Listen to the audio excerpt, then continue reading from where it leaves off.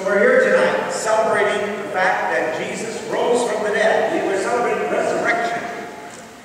So many people seem to think that we're celebrating resuscitation. Jesus did not come back to this life. He passed through the doorways of death, and he rose in a different kind of life.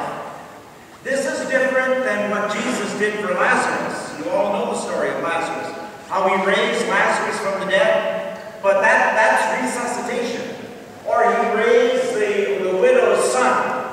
That's resuscitation. They came back to this kind of living. They had to die again in order to experience the vision of Jesus.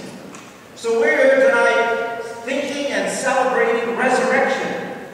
That after this life is ended, physical death, there awaits us a new kind of living in the resurrection of the Lord Jesus. That's what we're celebrating.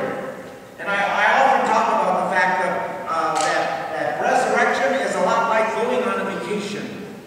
Have you ever gone on a plan for vacation to a spot you've never been before? You get ready for it, and you go, and you just have a wonderful time. You come home, and you just want to go back again. That's what the resurrection is. That here in this life, all of us are planning that eventual eternal vacation, where we will experience the tomb with Christ, and then we will pass on into the next life, that eternal vacation. So as you heard in the gospel, when the women came to the tomb, the stone was rolled back. The stone was rolled back. Not that Jesus could get out, but so that we can get in. And so what we're thinking about tonight are the stones of our lives. Because at one time or another, everybody carries the weight of stones in their life. It's the weight of heavy burdens. And so, what do you think my prop is? Where do you think it is? It's right in front of you. Here is the stone that was rolled back from the tomb, and it represents us. Now you have to imagine that. But think about the stones of your life.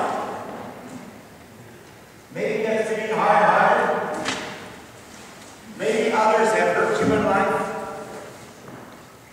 Maybe you're experiencing temptation, or anger, or jealousy, or envy, or depression. Whatever that might be. Jesus came to roll those stones away.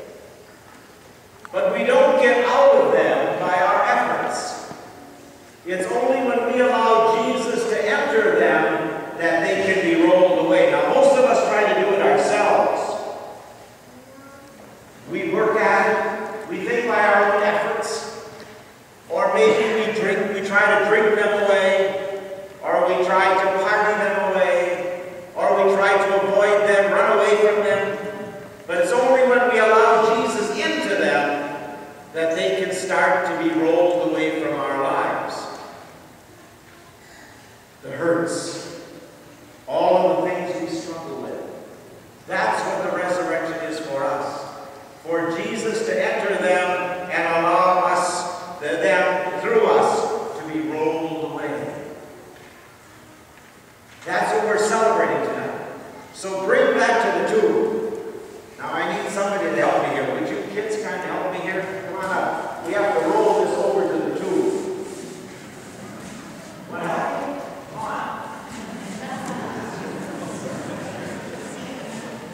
Just roll it over to the tomb over there.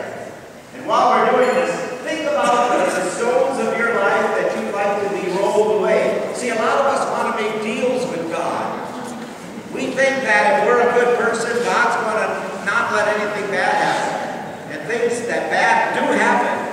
And then we think, well, God didn't keep his ways. But God doesn't control our lives. He just helps us with our stones. The stone was rolled to close the tomb. have got there, the stone had been rolled back. Why? Not to let Jesus out, but to let us in. Are we ready to go in?